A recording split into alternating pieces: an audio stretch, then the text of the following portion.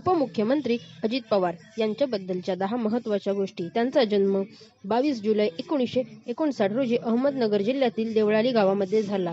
त्यांचं मूळ गाव बारामती काटेवाडी आहे. ते महाराष्ट्र राज्याचे 6 वेळा उपमुख्यमंत्री बहुमताने विजयी होऊन आलेले आहेत. राजकीय प्रवेश. त्यांनी 1982 मध्ये एका सहकारी साखर कारखान्याच्या संचालक मंडळावरून राजकारणात प्रवेश केला.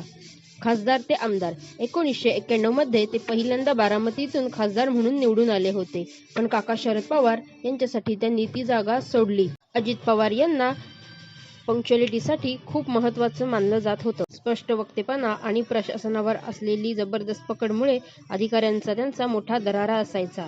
पहाटेचा शपथविधी. 2019 मध्ये देवेंद्र फडणवीस यांच्यासोबत पहाटे घेतलेला उपमुख्यमंत्रीपदाचा शपथविधी हा एक त्यांच्या जीवनातील धक्कादायक वळण मानला जातो. बारामतीचा विकास. बारामती मतदारसंघाच्या कायापालट करण्यात आणि तेथे औद्योगिक व शैक्षणिक जाळे विणण्यात त्यांचा मोलाचा वाटा आहे. पण 28 जानेवारी 2026 रोजी एक विमान अपघातात त्यांचे निधन झाले, ज्यामुळे महाराष्ट्राच्या राजकारणात मोठी पोकळी निर्माण झाली. लोकप्रिय नाव.